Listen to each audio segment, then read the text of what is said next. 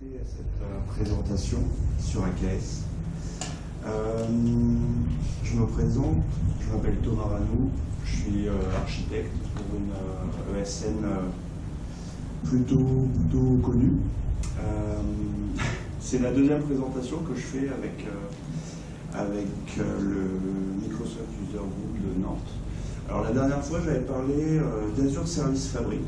C'est une solution qui permet aussi de gérer le déploiement d'applications à grande échelle dans le cloud Azure. Et aujourd'hui, on va parler de l'autre solution qui est AKS. Donc ce que je vais présenter ce soir, pour la majeure partie, j'ai écrit des articles à ce sujet que vous pouvez retrouver sur mon blog, dont il y a le lien ici en bas. Alors, petit focus pour commencer sur Kubernetes. Alors, avant Kubernetes, il faut revenir au conteneur. Je pense que Docker, c'est quelque chose que vous connaissez tous. Donc Docker, c'est une application qui permet de créer et exécuter facilement des conteneurs. Le conteneur étant un package de mon application et de toutes ses dépendances. Donc lorsque je crée mon conteneur Docker me garantit que tout ce qui est nécessaire à l'exécution de mon application est bien intégré à ce conteneur. Là-dessus, pas de souci. Le problème, quand on utilise des conteneurs, c'est qu'à eux-mêmes, ils sont assez limités. C'est-à-dire qu'on n'est pas capable de gérer et de planifier leur exécution, leur cycle de vie. Lorsqu'on a besoin de monter en charge pour répondre, par exemple, à une forte affluence sur un site internet au hasard, avec notre conteneur, on va être limité. Et lorsque on a énormément de conteneurs à gérer, typiquement si toute une entreprise déploie ses applications dans des conteneurs, on va aussi un peu galérer pour les gérer à la main. Et là, la solution à ces problématiques, c'est les orchestrateurs. Alors Kubernetes, c'est l'orchestrateur de Google.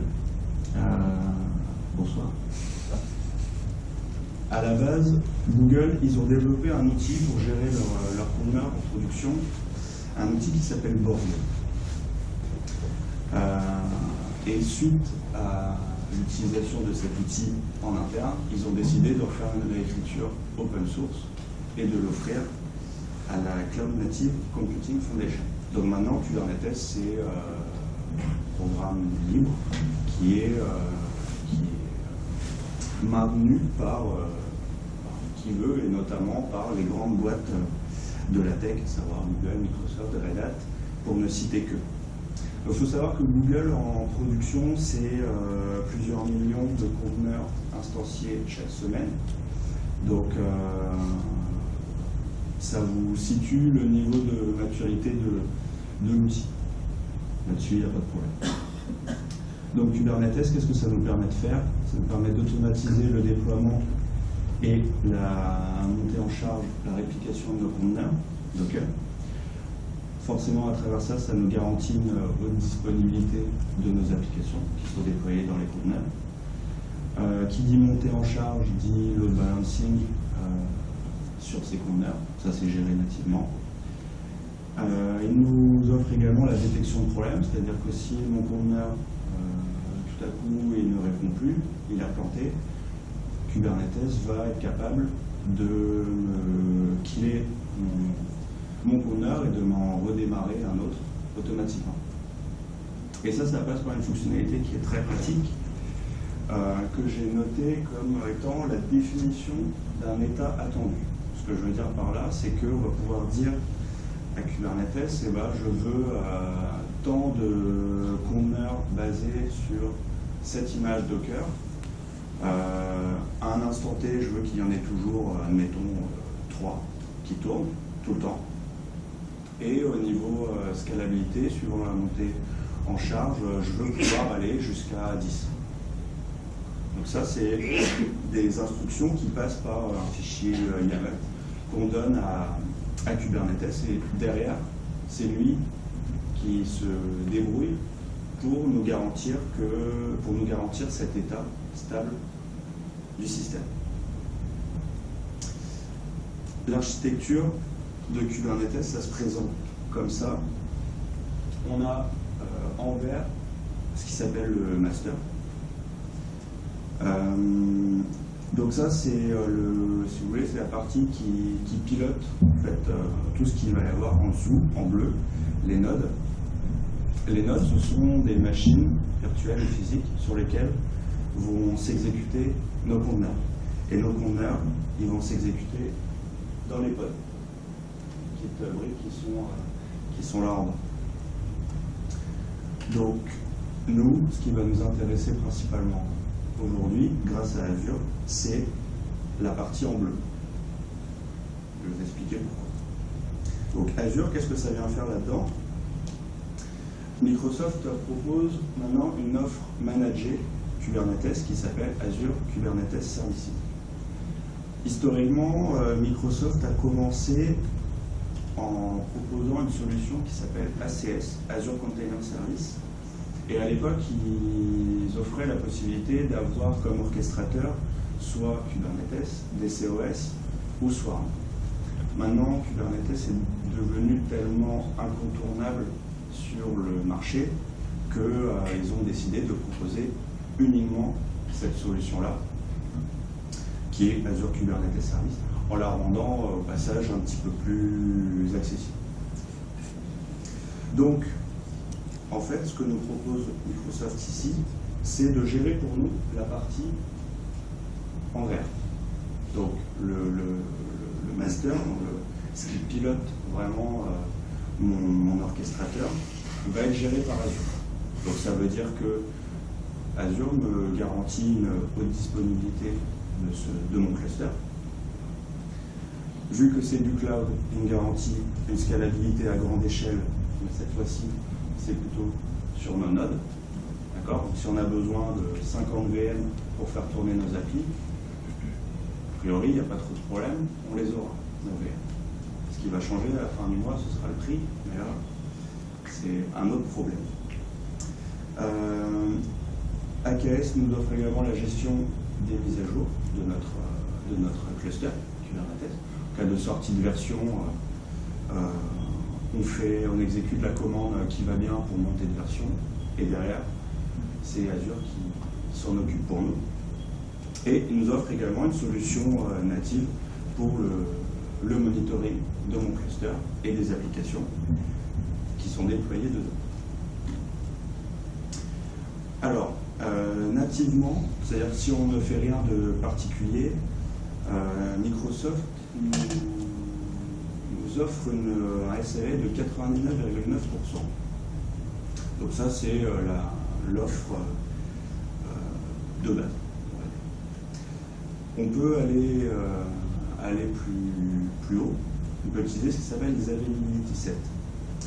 Ça veut dire que en précisant à la création de mon cluster que je veux utiliser un Availability Set, mes nodes, donc mes différentes VM qui sont représentées ici par les briques bleues, vont être déployées dans des baies de serveurs différents, avec chacun leur propre alimentation électrique. Donc ça me garantit que s'il y a un rack qui tombe, il y a celui d'à côté qui est toujours opérationnel et qui va être capable de faire tourner mon service. Donc là, on a cette possibilité-là, on arrive à 99,95%.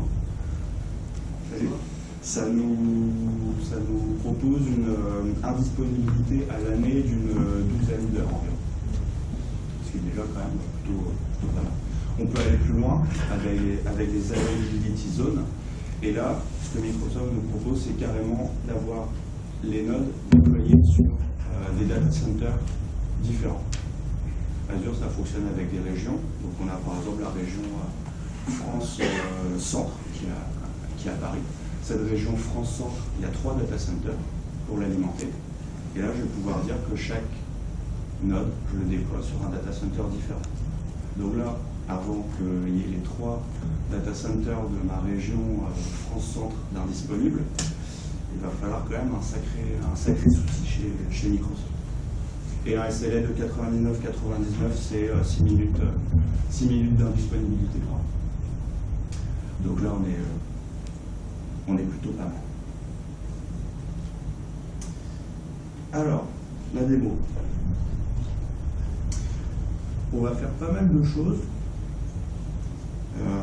ce soir. Bon, j'ai préparé les commandes hein, parce que à taper, sinon ça peut être un petit peu long et compliqué surtout et source d'erreur. Et j'ai pas envie que ça se passe comme ça. Alors, déjà j'ai créé une application de .NET Core 3, tout ce qu'il y a de plus standard, et je l'ai packagé dans un conteneur Docker. Donc, je vais vous la montrer cette application.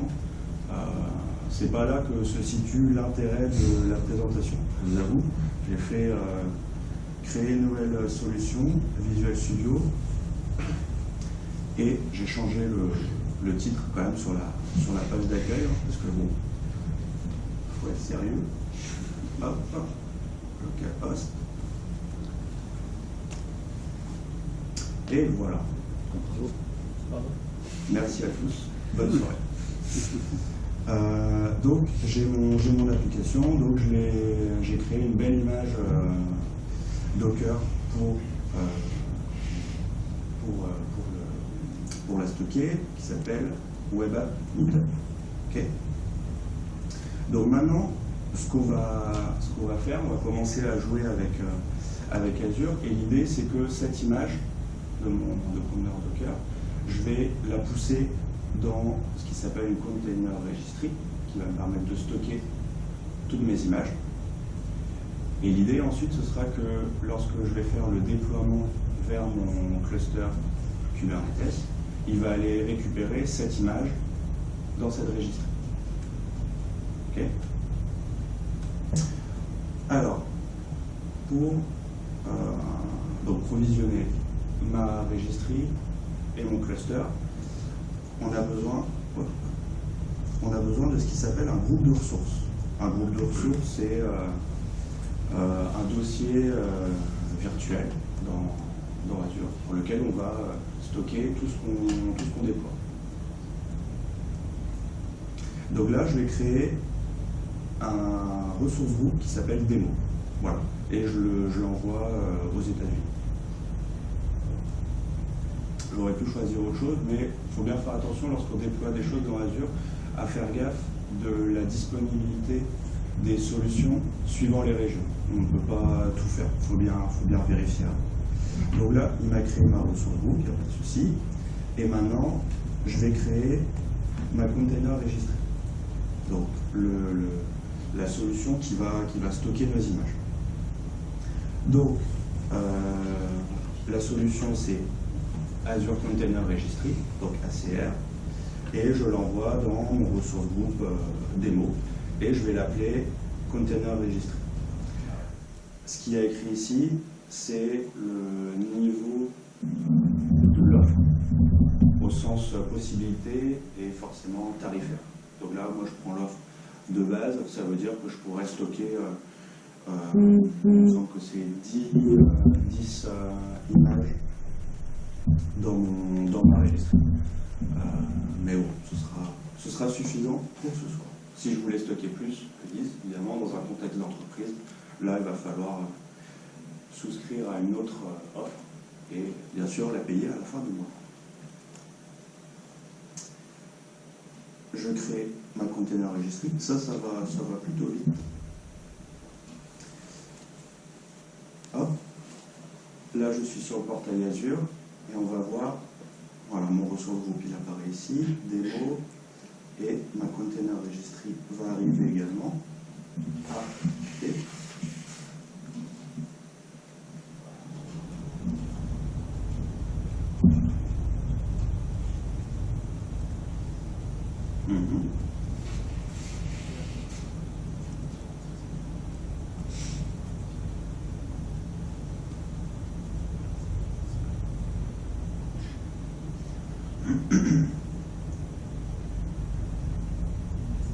c'est créé.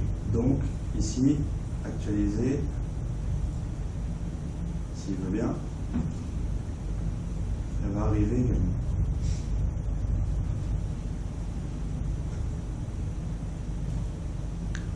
Non, bon, c'est pas grave. Il y a parfois un petit décalage, c'est pas méchant. Alors, je vais me connecter à ma registry, donc je fais un petit login. Donc là, pour se connecter à ma registry, du coup c'est plutôt simple, il va se baser sur l'Active Directory du tenant Azure. Donc moi je suis authentifié sur mon tenant, logique, puisque j'arrive à accéder au portail ici. Donc il va utiliser cet utilisateur-là pour se connecter. Ok. Est-ce qu'il est arrivé lui entre-temps? Yes, il est là. Et du coup maintenant, ce que je vais faire, c'est un petit tag de mon image. Donc là, en local, j'ai ma web app Meetup. Donc là, je la tag pour lui indiquer où je vais la déployer.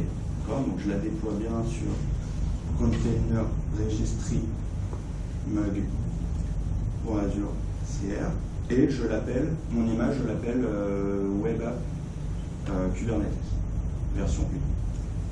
Ok. Et maintenant, j'ai plus qu'à faire un push. Tac. Donc là, je modifie bien, du coup, hop. Comme avec Git, tag, push. Donc, là, mon image part vers ma registry. Jusque là, on est pas mal. Maintenant, on va provisionner notre cluster. Enfin, on va entrer dans la partie où on gère notre cluster. Il y a plusieurs petites choses à faire avant, mais on y arrive tranquillement. Tac, il a fini. Alors, première chose, je vais créer ce qui s'appelle un service principal pour déployer mon cluster. Et ce service principal, j'aurai besoin de l'authentifier également du côté de ma registry pour que mon cluster Kubernetes ait le droit d'aller récupérer les images dedans. On ouvre les droits. Donc je crée un utilisateur.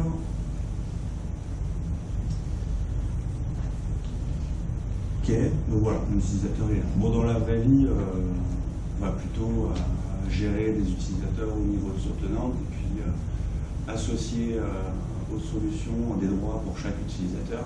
Là, je crée un compte de démo pour la présentation, mais c'est pour la démo. En vrai, ça ne se passe pas tout à fait comme ça. Alors là, maintenant, je vais récupérer l'identifiant Azure de ma registry. Toujours dans le but d'associer à mon utilisateur le droit de l'utiliser. D'accord, donc voilà, il m'a renvoyé ça. Donc là, vous voyez au passage toutes les infos sur ma souscription.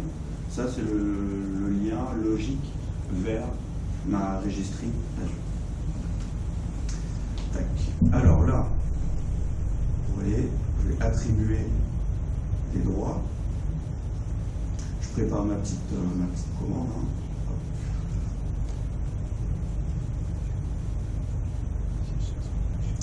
Tac, je suis ici. Donc, qu'est-ce que je fais? J'associe le rôle propriétaire à mon utilisateur. Oh, ah bah, d'accord. J'associe le rôle propriétaire à l'utilisateur que j'ai créé juste avant, et ce rôle, je le positionne sur ma registry. Ok, il est d'accord. Et maintenant, la dernière étape pour la création de ma solution, c'est mon cluster Kubernetes. Donc là aussi, je vais avoir besoin de l'ID et du mot de passe de l'utilisateur que j'ai créé juste avant. Donc, je vais aller les récupérer ici.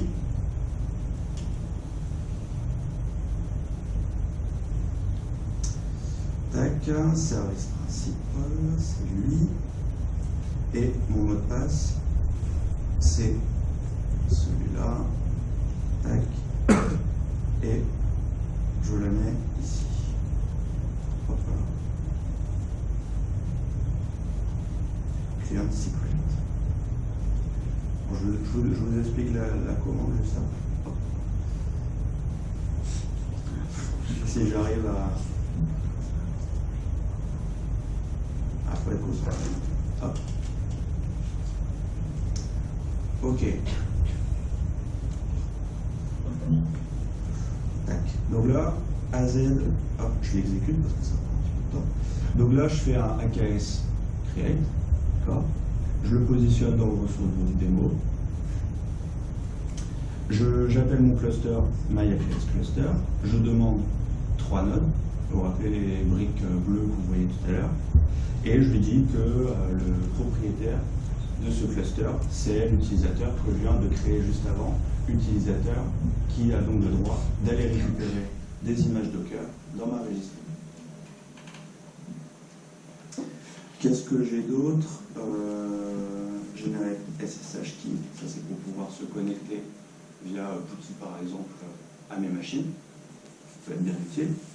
Et je vais activer le monitoring sur mon cluster. Donc ça va nous permettre dans le portail Azure d'avoir accès à des métriques, à tous les logs, à toutes les infos sur ce qui est déployé dans mes nodes, l'état de santé de mes conteneurs, plein de choses. On verra tout à l'heure. Je n'ai pas précisé, toutes les commandes que j'ai exécutées jusqu'à présent, c'était avec cet outil-là, AZ, donc ça c'est l'AZ CLI, c'est toutes les commandes pour piloter Azure, pour déployer des trucs. Tout à l'heure, on va utiliser des commandes qui seront des commandes kubectl, et ça, c'est des commandes spécifiques à Kubernetes. Donc, je pense quasiment à partir de maintenant, on va au final assez peu utiliser de commandes Azure, on va plutôt utiliser des commandes Kubernetes. On sera vraiment dans le produit au final, après avoir préparé tout ce qui va bien côté Azure. Voilà, donc ça peut prendre un petit peu de temps. Au niveau de ma registry, donc j'ai push tout à l'heure mon image, donc je vais la retrouver ici dans le dépôt, on la retrouve bien, Web App Kubernetes, en V1. Très bien, elle est stockée là, il n'y a pas de souci. Si je retourne sur mon ressource, on ne le voit pas encore, mais vas-y, on le voit.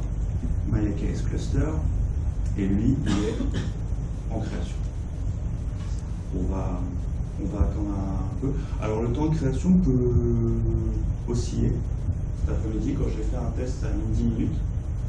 Et je ne me souvenais pas que ça pouvait prendre autant de temps. Alors, ça dépend peut-être aussi du réseau chez Microsoft. Bon, en tout cas, on va patienter un peu. Pendant ce temps, je vais vous expliquer les fichiers YAML qui vont nous permettre de déployer notre application dans notre cluster. Alors je l'ai mis ici. Donc Kubernetes utilise beaucoup de fichiers YAML. On fait des fichiers YAML pour tout. Pour déployer une application, pour configurer l'autoscaling, pour attribuer des droits. On fait des fichiers YAML. Donc là, ce que je vous montre là, c'est spécifique à Kubernetes, ça n'a rien à voir avec AKS. D'accord? Donc là, hop, si vous avez suivi, du coup, Donc l'image que je vais vouloir déployer au travers de ce fichier YAML, c'est ce que je viens de pousser dans ma registry. Donc on retrouve ici comment dire, ma container registry Azure et mon image Web App Kubernetes. Je précise à travers ce fichier YAML que je veux un réplica de mon conteneur. Donc je demande à Kubernetes de me garantir qu'il y a toujours un conteneur qui expose mon application à tout moment. Quoi d'autre? Ici, les ressources, c'est ce que je vais offrir comme ressource à mon application. Donc ça, c'est très très important. Les requests, d'abord, ça c'est ce que Kubernetes me garantit de fournir à mon pod qui héberge mon conteneur. Donc là, CPU, j'ai précisé 100 M. Alors c'est une notation un peu alambiquée, on va dire. En gros, 100 M, ça correspond à 0,1 vCPU. En gros, si je voulais avoir un vCPU complet affecté à mon pod, il aurait fallu que je mette 1000. Ne me demandez pas pourquoi ça se note comme ça, je ne sais pas. Donc voilà, donc là j'associe une ressource très faible d'entrée à mon pod. Il va avoir 0,1 vCPU à sa disposition en constant. Mais c'est que le minimum que je lui garantis. Après, il peut aller jusqu'à la limite, qui est ici, qui est donc de 0,5 vCPU. Et on va voir après qu'arriver à un certain pourcentage d'utilisation de cette limite de vCPU, il va déclencher la création d'un nouveau pod avec mon conteneur. Ça, ce sera le scaling, on le verra après. En mémoire, pareil, là je lui associe 128 mégas de RAM et en requis, en constant, et en limite, je lui donne jusqu'à 512 MO. Vu que c'est des conteneurs .NET Core, leur consommation est quand même assez faible, donc je peux me permettre de lui préciser aussi des valeurs de ressources assez faibles. Parce que ce qu'il faut avoir en tête, c'est qu'il vaut mieux avoir 10 conteneurs qui tournent en parallèle pour recevoir mon trafic, plutôt qu'un seul qui aura 10 fois plus de ressources et qui sera capable d'absorber tout le trafic. C'est plus efficace d'avoir un grand nombre de conteneurs.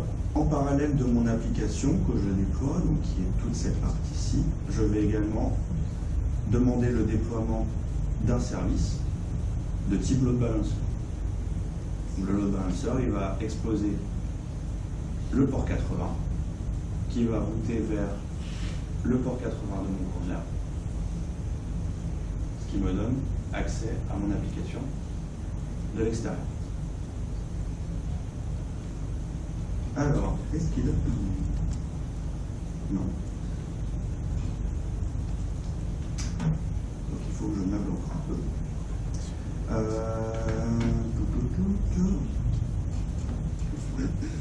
Si tu veux, j'ai une question, si tu veux meubler. Ah bah oui, pourquoi c'est plus efficace d'avoir plein de conteneurs qu'un pod?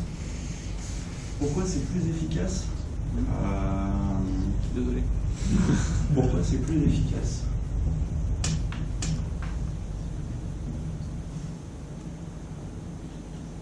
C'est bon, c'est fini. C'est une très bonne question.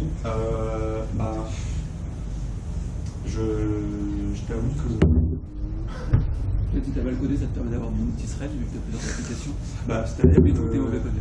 lorsque tu as ton site internet, par exemple, qui est déployé, même sur un serveur physique ou une VM à travers un 2IS, par exemple,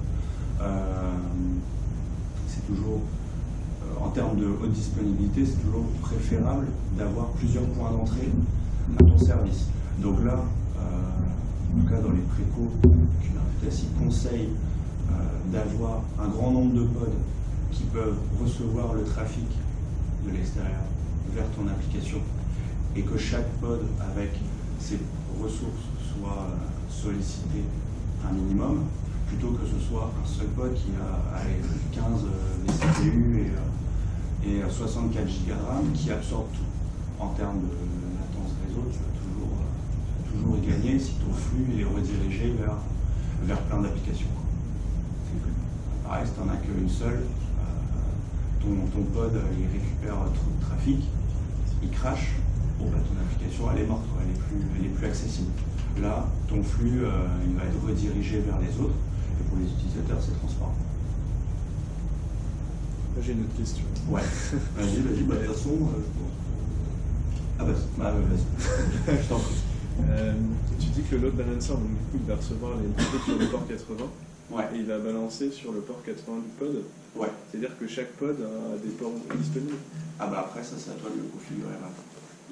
Tu ouvres les ports, là c'est le port 80, mais tu ouvres les ports, tu configures au niveau de ce qui s'appelle l'ingress controller, Kubernetes, tu vas configurer les ouvertures de ports et en gros dire bah, j'autorise le trafic sur tel port via tel pod dans tel node si tu veux. Et tu peux bloquer également le flux qui vient, par exemple, de tel... Enfin, tu exclus le flux qui n'est pas dans tel plage IP ou qui n'utilise pas le port que tu veux. C'est-à-dire que le port de ton load balancer, ça va... Enfin, les ports disponibles pour ton load balancer, c'est les mêmes ports que sur tes pods? Ah, pas forcément, non, là c'est mon exemple, mais tu mets ce que tu veux derrière.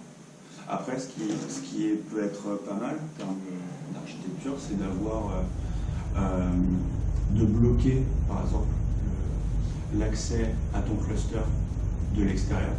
Donc tu fermes tous les ports vers ton balancer, tu en autorises juste un.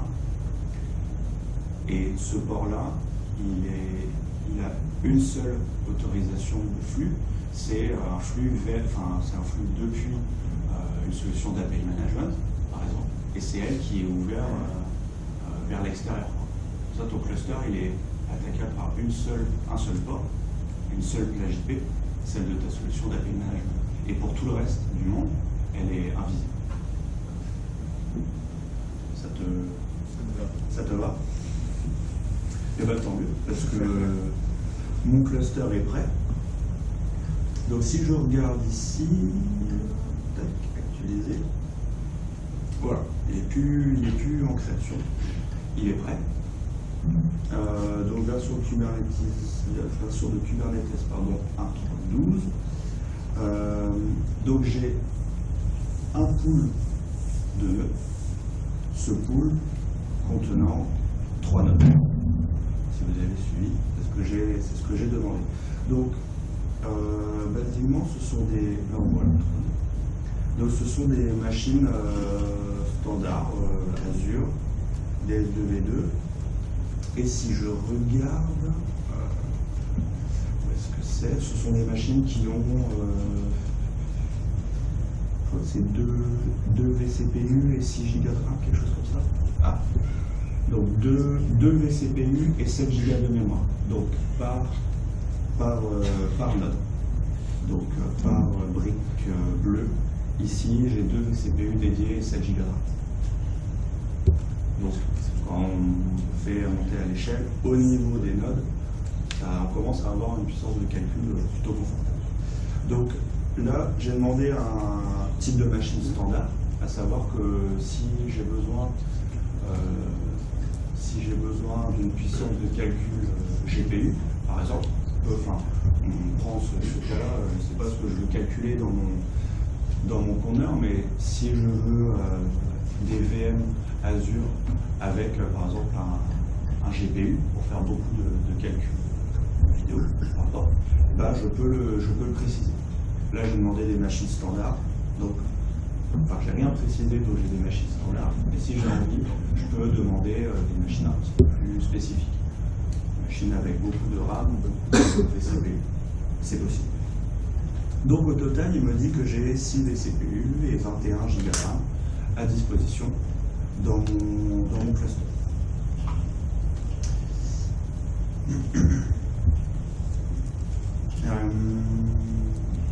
Alors, on va déployer notre application déjà.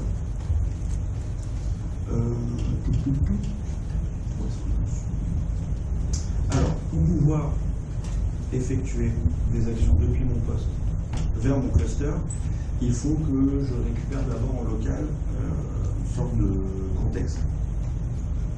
Donc c'est ce que je fais ici, avec mon get credential. Je demande en gros une connexion à mon cluster dans mon ressource groupe démo. Donc là, il va me dire, il y a déjà un contexte qui existe avec ce nom-là, parce que j'ai préparé ma présentation, n'est-ce pas? Donc je dis OK, et voilà. Là maintenant, je vais pouvoir exécuter des commandes kubectl sur ma machine, et du coup, ça va arriver sur mon cluster AKS. Alors, qu'est-ce que j'avais prévu de vous montrer? Alors, ouais, si je fais ça, je fais un petit get pod, donc quelque chose de très basique. Je veux savoir les pods qui sont en exécution sur mon cluster au niveau administration. Donc là, j'ai un corps DNS par VM, donc j'en ai 3, parce que j'en ai 3. J'ai un QA proxy et un agent de monitoring, plus un dashboard qui est exécuté. Le dashboard, on va voir à quoi il ressemble. Alors pour ça, j'ai besoin, le dashboard il n'est pas accessible par défaut parce que vous créez votre cluster pour des raisons de sécurité. Donc là, je vais lui autoriser l'accès pour que vous puissiez voir à quoi il ressemble. Bon, c'est un dashboard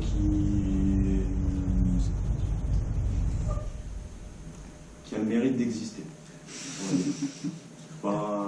C'est pas le truc le plus ouf de la Terre, mais il existe, ça peut être pratique.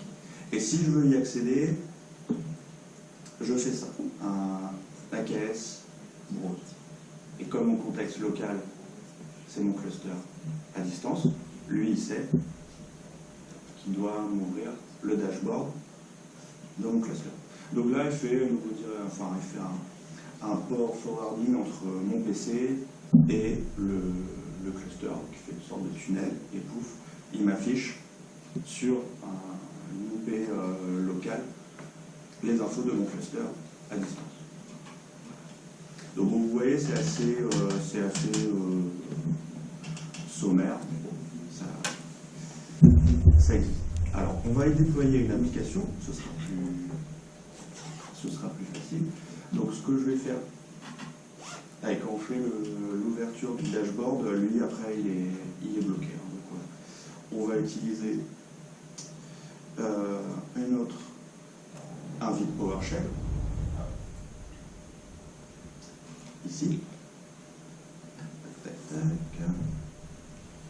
et je vais déployer mon application.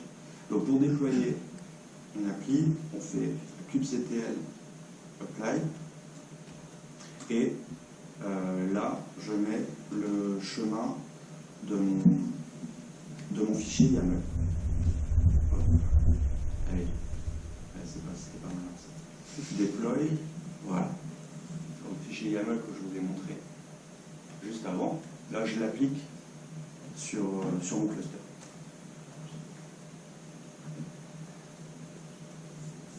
Donc c'est parti. Alors là, si je vais sur mon interface, ah oui, ok, attends pour moi. Donc là, ça n'a pas marché. Donc, je supprime.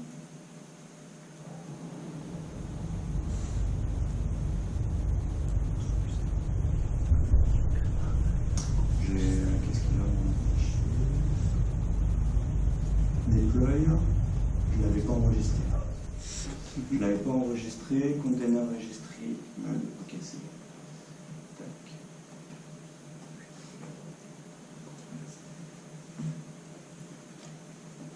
Alors, il faut que je supprime également le service. Non, pareil, il va me dire, ça existe déjà. On relance, ça placera mieux.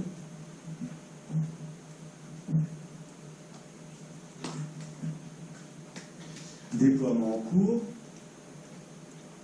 Là, image. Voilà, donc il va bien la chercher au bon endroit.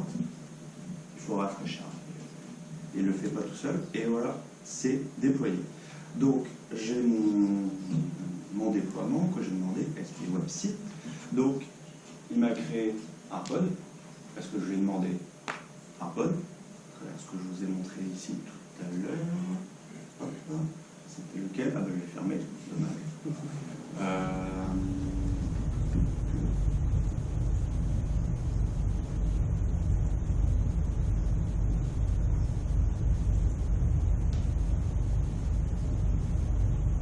Voilà, réplica 1, je lui ai demandé un pod, il m'a créé un pod.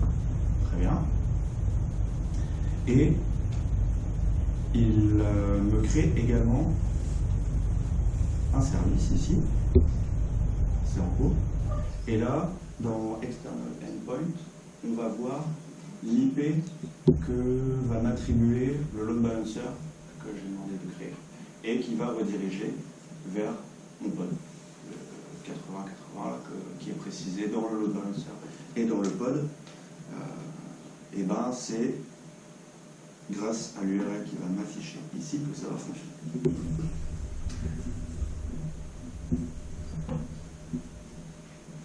On va le laisser terminer tranquillou.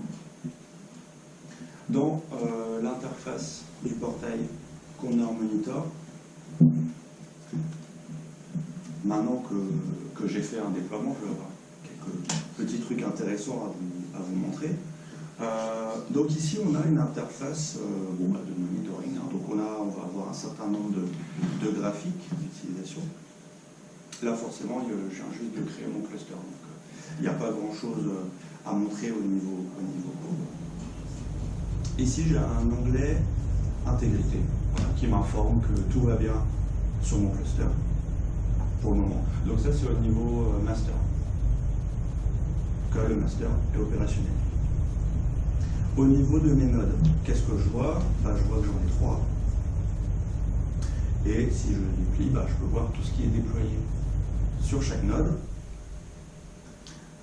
Et pareil, si on attend un peu, ici, il va faire des petits graphiques sur la charge CPU de mon node. Et dans les conteneurs, j'ai une vision niveau conteneur en fait de tout ce que j'ai déployé sur mes différents nodes. Donc très bientôt on devrait voir apparaître mon application là-dedans.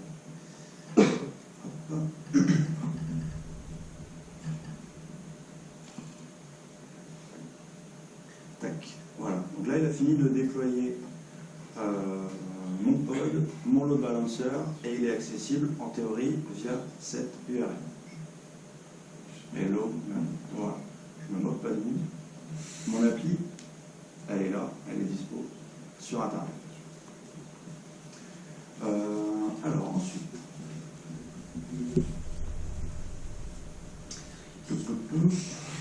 alors là, vous voyez, vous avez encore vu, mais dans déploiement, ici, j'ai une solution en pré-version, faite par Microsoft, et qui me permet de voir en live ce qui se passe sur mes pods. C'est plutôt intéressant, donc on va le voir ici. Pour activer cette fonctionnalité sur mon cluster Kubernetes, évidemment, il me propose un fichier YAML. Donc, je l'ai téléchargé. Il est ici, Metrix, et je vais l'appliquer sur mon cluster.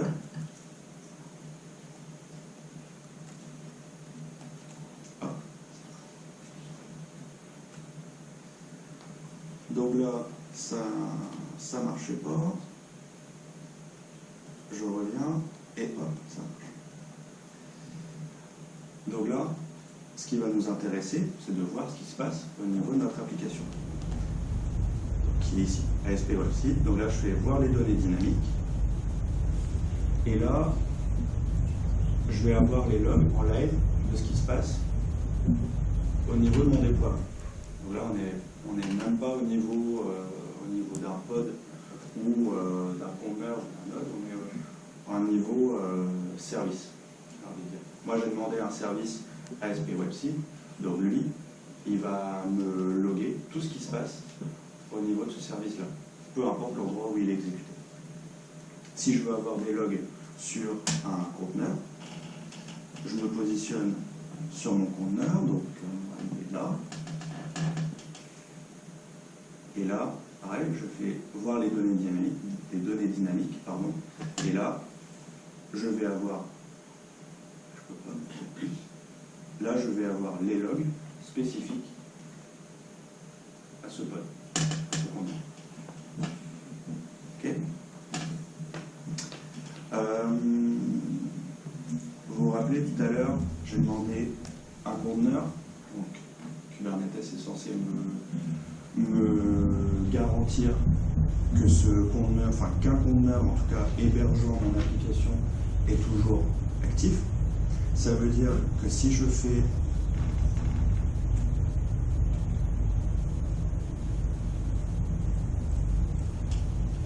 une suppression de mon pod qui héberge pour le moment mon application, donc je fais un kubectl delete pod, tac, et le nom de mon pod, donc là il me l'a supprimé, donc mon application ne répond plus.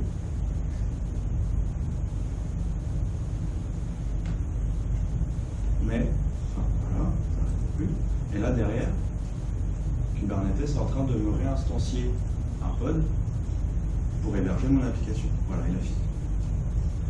Donc, voilà, il me garantit vraiment que mon service est disponible à tout moment et il le gère tout seul. Donc là, mon pod avant, il fait ZSD. Donc, si je regarde ici, tac, pod, voilà, il m'en a créé un autre, il tourne depuis 43 secondes. Il a bien respecté le contrat que je lui ai demandé d'avoir toujours un pod disponible pour héberger mon application. J'en ai qu'il ait un, il en a recréé un tout seul.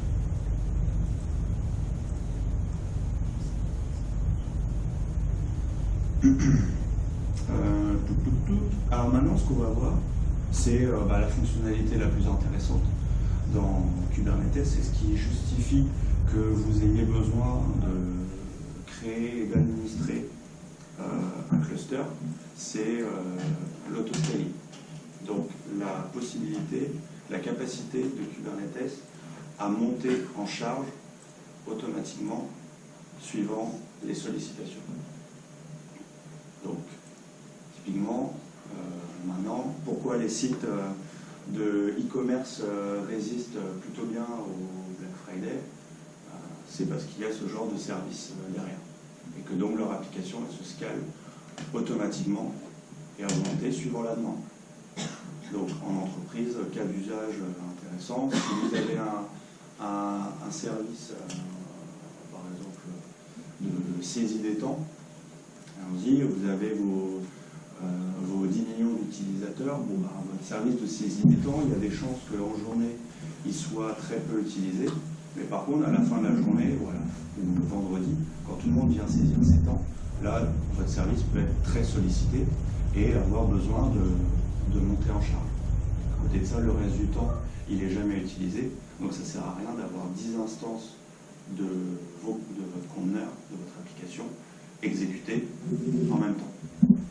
Là, vu qu'on est dans le cloud en plus, le fait de pouvoir ajuster la montée en charge, forcément derrière ça va vous faire économiser de l'argent. Logique. Donc, on va configurer un autoscale sur mon application.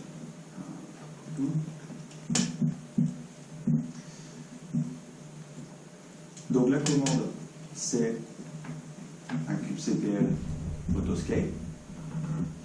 Donc là, pour faire cet autoscaling, je cible mon déploiement ASP website, toujours le même. Donc là, je lui dis qu'il peut aller au maximum jusqu'à 10 pods, 10 instances de mon conteneur, et au minimum 2. Le scaling se fait par rapport au pourcentage de CPU utilisé. Donc il calcule une formule de calcul sur un laps de temps. S'il y a une instance de mon conteneur qui dépasse les 10% de sollicitation CPU que je lui ai affecté via la limite tout à l'heure, si donc, sur un laps de temps, mon conteneur est au-delà, à ce moment-là, il va scaler. Pareil pour le downscale. Si la consommation CPU de tous mes pods est revenue à quasiment rien, parce qu'il n'est plus sollicité, à ce moment-là, il va tuer des instances de pods pour revenir au minimum à 2. Petite question sur l'autoscale avec le load balancing. Est-ce que du coup le load balancing il est intelligent par rapport à l'autoscale ou ils ne se connaissent pas l'un l'autre et c'est un peu optimé dans la France? Ah bah oui, et du coup tu as une fonctionnalité de service discovery. Donc lorsque ton pod il est créé, il va s'authentifier auprès du load balancer. Ouais, il va lui dire où j'existe. J'ai mal entendu ma question, c'était sur mettons qu'on a instancié 3 pods, tu vois, Ouais. et qu'en fait on a assez peu de trafic, Ouais. le load balancer il est réparti un par pod, tu vois, Ah oui, ouais. Ouais. et du coup ils restent tous up parce qu'ils ont tous un minimum de trafic, alors que si le load balancer était un peu plus malin par rapport aux limites de CPU qu'on a mis, garage pour peut-être mettre que sur 2, du coup il y en a un qui se... Alors Est-ce qu'ils se connaissent dans ce sens-là, sur les limites et sur les... Ah ben ça c'est pareil, ça fait partie de configuration que tu peux appliquer au niveau de ton ingress controller. Okay. Pour lui dire si ma demande elle vient là, je la redirige spécifiquement vers cette machine, par exemple, vers ce pod. Donc là, tu dois pouvoir, tu peux jouer sur ce genre de choses. Okay. Plutôt que d'avoir un load balancer, effectivement, comme tu dis, bête, qui va rediriger le trafic aléatoirement vers l'un des 2, des 3, des 4. Donc là, je crée mon autoscale. Donc déjà, on va voir une différence par rapport à l'état qu'on avait avant. C'est-à-dire que là, mon autoscaling, je lui ai demandé d'aller entre 2 et 10 pods. Donc, normalement, si je retourne ici sur mon interface, je ne dois plus avoir un seul pod, mais 2. Voilà, il est en train de me le créer. Logique, je lui ai demandé. Donc maintenant, effectivement, le flux va être réparti automatiquement entre les 2 pods.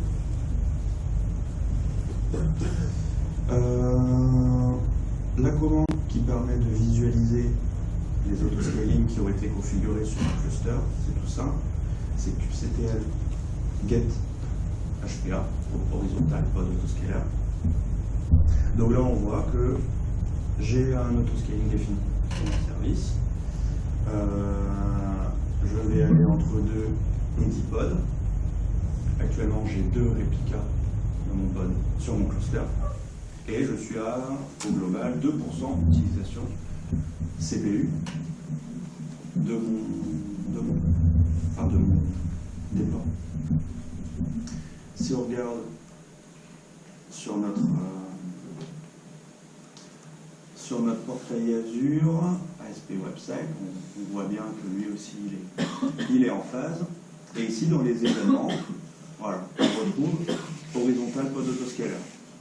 Il a fait un rescale à 2 instances. Pourquoi? Parce que le nombre de réplicas était inférieur à ce qui était demandé. Donc maintenant il est à 2. Donc là ce qu'on va faire, c'est qu'on va stresser un peu notre application. Alors pour ça, je vais faire un petit programme batch qui fait des appels tout ça sur mon site web. D'accord? Donc là, je simule une très forte sollicitation réseau et je fais une boucle autour d'un appel. Bon.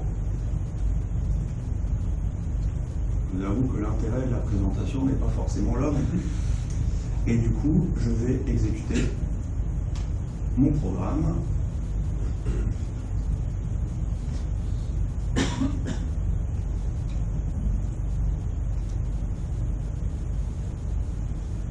Quelquefois, mais je suis à quoi 4, 5. Allez, voilà. Et là, normalement, et ben mon service va être un petit peu plus sollicité, donc il va monter en charge. Il devrait monter en charge assez vite parce que le critère, j'ai mis 10%, si vous vous rappelez bien, d'utilisation CPU. Donc bon, il va monter assez vite.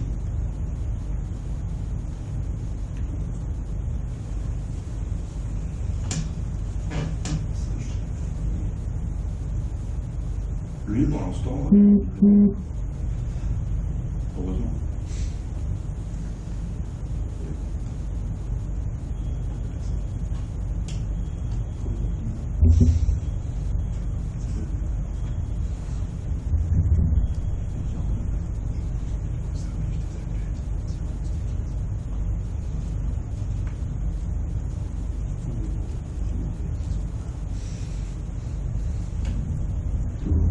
Comment elle est ici?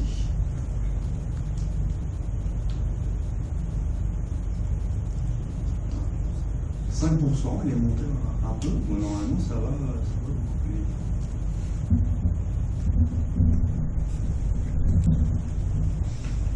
C'est le réseau d'Epitech qui me brille.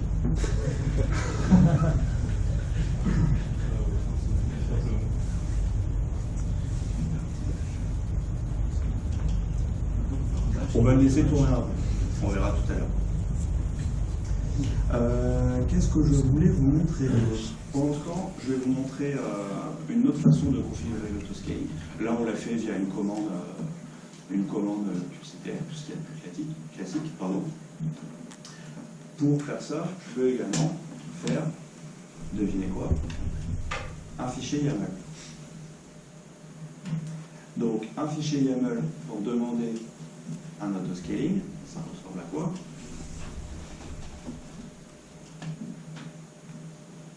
Ça ressemble à ça. C'est tout aussi simple. Pareil, donc je lui précise que le nombre de pods va osciller entre 2 et 10.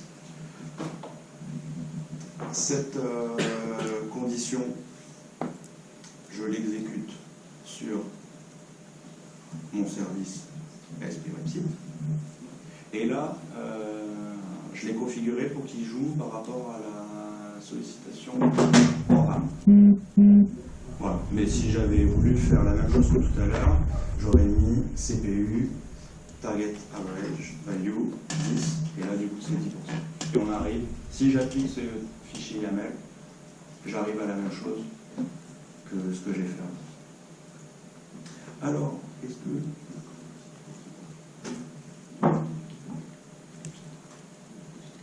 Ici, il a réagi un petit peu. Voilà.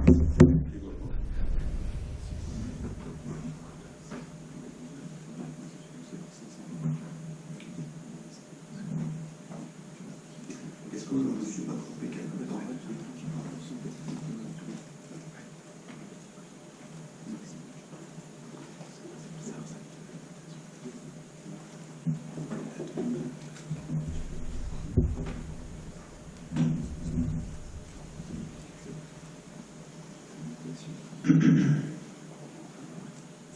ASP Website, ouais, c'est mieux comme ça. Tac, là.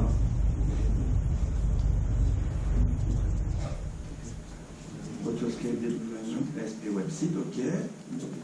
Normalement, ça devrait fonctionner. Alors, on va faire autre chose hein, pour vous prouver que ça fonctionne bien, que vous n'arnaquez pas.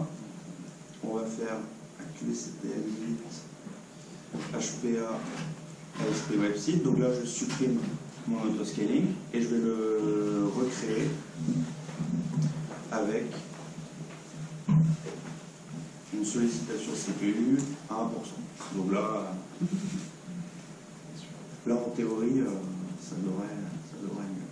Donc j'ai toujours mes applications qui tournent derrière.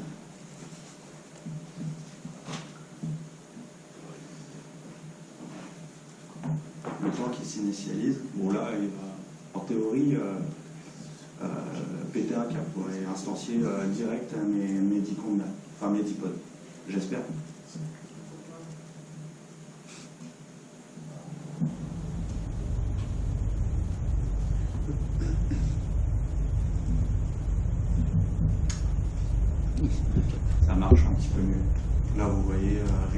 4.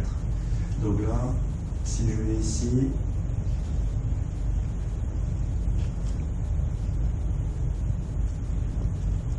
bon, forcément, il me les crée tous à la volée parce que je le sollicite un petit peu trop pour un temps. 1% de 0,5 VCPU, bon, ça lui laisse pas beaucoup de marge pour descendre en charge.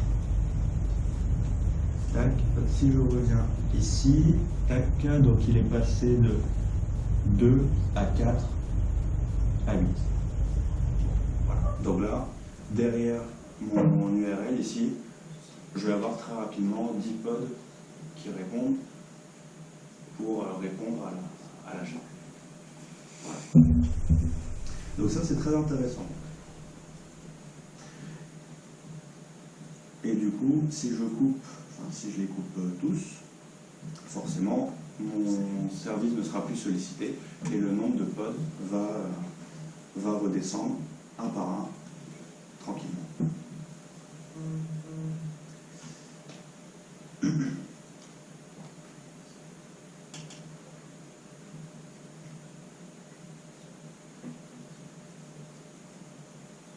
Bon, il avait eu le temps de mon instancier. Maintenant, ah bah si, voilà, il est à 10. Voilà, là je pense que j'ai mis 10. Donc voilà, là, encore une fois, ce qui est intéressant, c'est que j'ai défini l'état dans lequel je voulais être sur mon cluster, sur mon déploiement. Et derrière, c'est Kubernetes qui me dit, bah, t'inquiète pas, je m'occupe de tout et je vais, en respectant tes critères, faire en sorte que ton application tourne le mieux possible. Ça, c'est plutôt cool.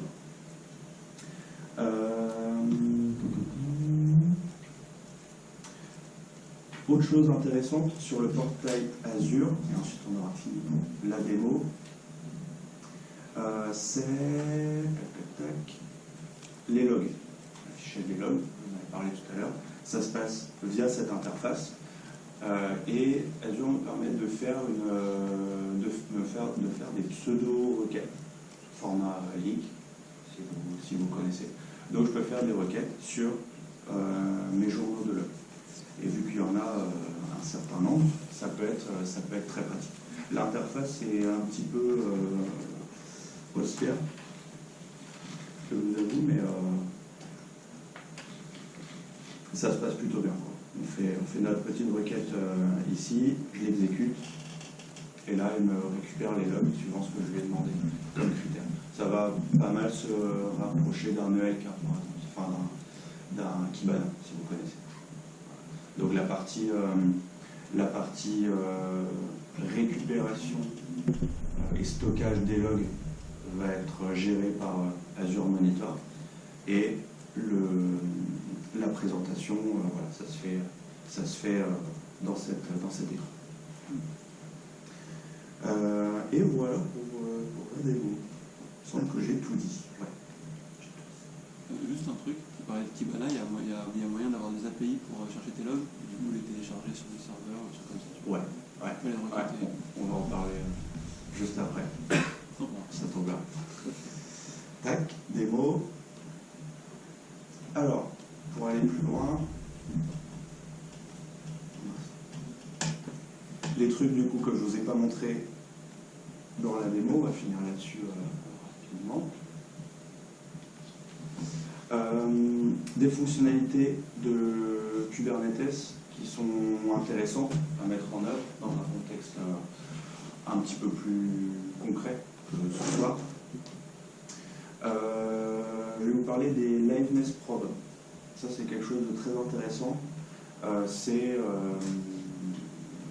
pour que Kubernetes puisse détecter que mon pod, et que donc l'application à l'intérieur de mon pod ne fonctionne pas correctement, je peux lui préciser un liveness probe. Donc c'est quelque chose qui va un petit peu plus loin que ce que j'ai fait tout à l'heure, où j'ai supprimé brutalement mon pod. Bon voilà, il est pas bête, il me le recrée. Mais si mon application a craché à l'intérieur de mon pod, Kubernetes il ne va pas s'en rendre compte. Sauf si je lui renseigne un liveness probe. La MNSProd, ça va être quoi? Ça va être une condition sur mon site ou sur mon API. Typiquement, vérifier que lorsque je fais un appel GET sur une URL, elle répond. Si elle me répond 200, c'est que mon application, mon pod est en bon état. S'il me répond autre chose, ça veut dire qu'il est KO, et à ce moment-là, Kubernetes va supprimer mon pod et en relancer un. Tout seul. Ça ressemble à quoi, la MNSProd? Ça ressemble à quelque chose comme ça. Pas du tout. Où est-ce que j'ai... Tac, la NS HTTP request. Voilà. Donc c'est quelque chose comme ça. Voilà, je fais un HTTP On ne GET. voit pas, Thomas. Comment? On ne voit pas. Ah oui, en effet. Je vais quitter la présentation. Ok, je fais... c'est parti là. Je fais un HTTP GET sur une URL précise, sur un port. S'il me répond 200, c'est que c'est bon. S'il ne me répond pas 200, c'est que c'est pas bon. À ce moment-là, il supprime mon pod et il le recrée. Autre truc très précis, enfin très utile, pardon, le MNSProd. Là, on reste dans le même état d'esprit. Là, c'est la condition, pareil, ça peut être un appel HTTP, c'est la condition qui va dire, ok, mon pod il est opérationnel, il est prêt à recevoir du trafic réseau. Donc tant que ce test-là échoue à la création du pod, le load balancer ne va pas rediriger du trafic dessus. Quand le test associé au MNSProd répond OK, à ce moment-là, le trafic peut être routé. Les ressources quota, pareil, c'est à configurer sur son cluster Kubernetes avec un fichier YAML. Ça permet de dire pour un namespace de déploiement sur un node, je vais autoriser la consommation de temps de charge CPU et de temps de... Donc on a vu tout à l'heure les requests et les limites associées à un pod, et là on peut faire cette configuration sur un ensemble de pods qui sont tous dans le même namespace, là pour le coup. Là, je parle d'un outil qui est pas mal utilisé en ce moment, associé à Kubernetes, c'est Istio. Istio, c'est une sorte de... c'est une application qui se greffe à Kubernetes et qui permet nativement de mettre en place un certain nombre de choses. Par exemple, si dans votre cluster, tout est exposé en HTTP, Istio va permettre de se mettre en façade, enfin, autour de notre cluster pour que tout le trafic passe en HTTPS. Alors, vous n'étiez pas sécurisé dans votre cluster, vous utilisez Istio, vous passez en HTTPS nativement. Il va faire un office d'interface dans tous les échanges qui vont avoir lieu dans votre cluster, nativement. Il permet également, vu que c'est lui qui agrège tous les flux, de faire des métriques des appels sur vos API. Qu'est-ce qui est sollicité, qu'est-ce qui l'est moins, quand. Il vous agrège tout ça. Donc, pour faire une cartographie des flux, ça peut être plutôt pas mal. Et il va nous permettre aussi de faire quelque chose de très intéressant, ça s'appelle le Blue-Green Deployment. Ça veut dire, lorsque je passe d'une version de mon application à une autre, typiquement dans notre cas, on passe de la V1 à la V2, avec Istio, je vais pouvoir dire le flux de ma V2, au départ, à la mise en service, ça va être 10% de mes utilisateurs qui vont être redirigés dessus. Et progressivement, si tout se passe bien, si la montée en charge est bonne, basculer jusqu'à 100% vers ma V2. Blue-Green Deployment natif. Pour le monitoring, les solutions pas mal utilisées s'appellent Prometheus pour l'agrégation des logs et des métriques, si on ne veut pas utiliser le portail Azure. Une autre solution open source qui est très en vogue, c'est Prometheus. Et pour la présentation, on peut utiliser Grafana. C'est des logiciels libres, open source, donc, supportés par la Cloud Native Computing Foundation. Donc forcément, ils sont également très, très adoptés. Et ça, c'est des fonctionnalités... D'accord. C'est des fonctionnalités Kubernetes ou AKS? Là, on est sur des outils totalement externes à Kubernetes. C'est des briques que tu rajoutes associées à ton cluster Kubernetes.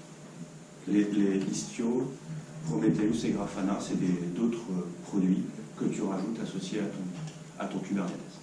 Après que ton Kubernetes soit déployé dans Azure avec AKS, dans AWS ou dans Google Cloud, derrière, tu fais ce que tu veux. Si tu veux y associer un Prometheus, tu le fais. Oui, mais il n'y a pas de brique particulière que AKS propose, genre un bundle Kubernetes plus Istio. Plus, non, pas encore. Ça, c'est à toi de le gérer à la main. Ici, j'ai tout dit. On a parlé de l'autoscaling au niveau des pods. Très intéressant également, l'autoscaling au niveau des nodes. Donc faire en sorte qu'ici le nombre de machines scale également automatiquement. Si Kubernetes essaie de m'instancier un pod, mais qu'il n'y a plus de ressources CPU ou RAM de disponibles, et ben c'est facile de configurer un scaling au niveau de ma VM. Donc ça passe par une petite commande que je vous ai écrite ici. Voilà, on configure un cluster autoscaler. Pareil, je lui dis qu'il pourra utiliser entre 1 et 5 nodes. Pour mes tests, parce que là j'ai déployé mon application, j'ai fait aucun test dessus, mais dans la vraie vie, il vaut mieux tester en local quand même. Dans mon cluster Kubernetes, soit j'utilise un cluster local, je fais mes petits fichiers YAML et je déploie en local dans mon cluster, soit je peux utiliser une fonctionnalité très intéressante qui s'appelle DevSpace. Et là, en fait, je vais pouvoir faire du debug sur mon cluster AKS déployé dans Azure. Pareil, il fait un tunnel réseau entre mon cluster et mon navigateur en local, et les actions que je vais réaliser sur mon application ici, si j'ai mis un point d'arrêt dans mon Visual Studio, il s'arrête. Il me permet de débugger en live. La sécurité, on n'en a pas trop parlé. Ça se configure avec ce qui s'appelle des airbags sur le cluster. Et vu que vous êtes dans Azure, vous pouvez lui associer des utilisateurs Active Directory pour définir telle personne a droit à accéder à telle ressource, a droit de déployer dans tel namespace ou alors accès à rien. Les pod policies, ça c'est ce qui va vous permettre, on en parlait tout à l'heure, de bloquer du réseau, de bloquer du trafic sur un pod, d'autoriser une PHP par exemple, très intéressant également. Dans Azure, on peut associer notre solution AKS avec d'autres briques Azure, pourquoi pas. On a parlé de l'associer à des briques externes, Istio, Prometheus, Grafana. On peut également l'associer à des briques Azure. Donc pourquoi pas une solution d'API management, le cas que je parlais tout à l'heure. Utiliser un firewall pour la sécurité. Et si vous voulez avoir vous-même la gestion de votre réseau, là on ne l'a pas du tout fait, mais c'est possible, on peut demander le déploiement du cluster dans un VNet spécifique et pourquoi pas établir un lien entre un VNet Azure et son réseau interne d'entreprise on-premise. Ça se fait assez bien avec du VNet to VNet. Là, on est dans du spécifique Azure. Pour les déploiements, vu que les fichiers YAML, ça peut être un peu lourd, un peu verbeux, il y a une solution qui s'appelle Helm, qui est très pratique dans un contexte, on va dire, d'utilisation de Kubernetes un petit peu plus industriel, c'est-à-dire si on a besoin de déployer des applications sur différents environnements avec une solution d'intégration, de déploiement continu, par exemple, on peut utiliser Helm. Ça va nous permettre, à partir de fichiers YAML, de base, d'y insérer des variables, typiquement.